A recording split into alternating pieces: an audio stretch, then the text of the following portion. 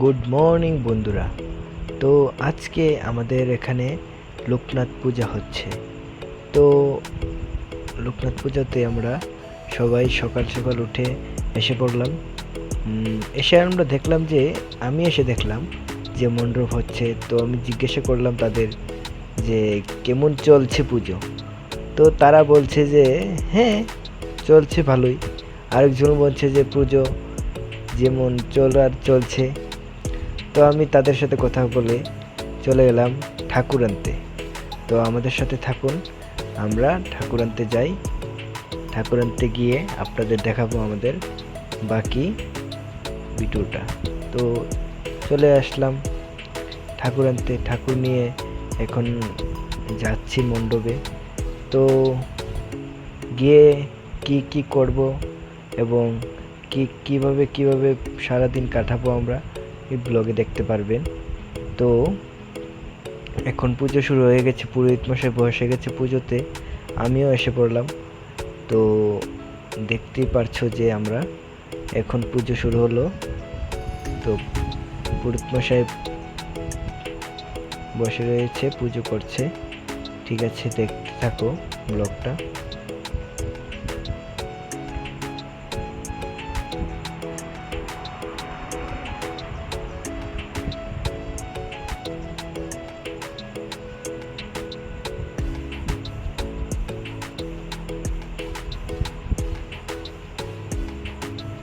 আমাদের এই পুজোটা চলছে অনেক আগে থেকেই।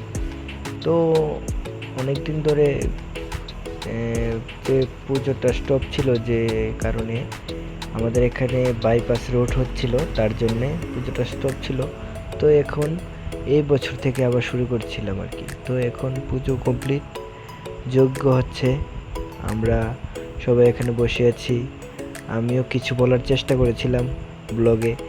তো ব্লগে তো এমন কিছু বলতে পারি না। তো আমি নিজের বয়সে দিলাম ব্যাকগ্রাউন্ড বয়সে। তো দেখতে থাকুন, পুজো চলছে, এখন যজ্ঞ হবে।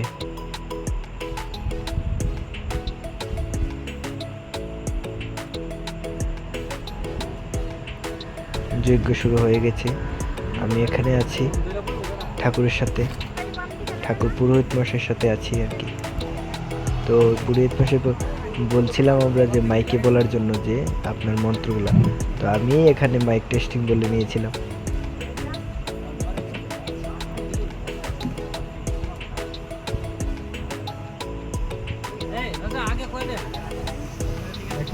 এই দেখতে পাচ্ছ কি বলছি আমি। তো এটা কিছুক্ষণ সময় চলছিল, তারপর আমরা সবাই একে একে মঞ্জুরি নিতে চলে গেলাম। দেখবে এক্ষুনি আমরা সবাই ব্লগে দেখতে পারবে আপনারা।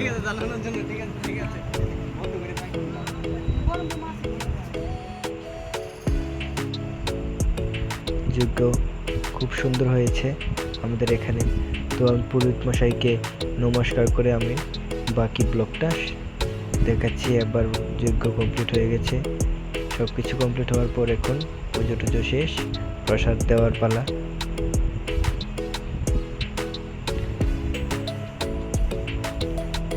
এবার সেই সময় এসে গেল, সন্ধ্যা হলো। তারপরে আমাদের যে প্রসাদ সবাইকে দেওয়ার জন্য প্রসাদ শুরু করলাম দেওয়া।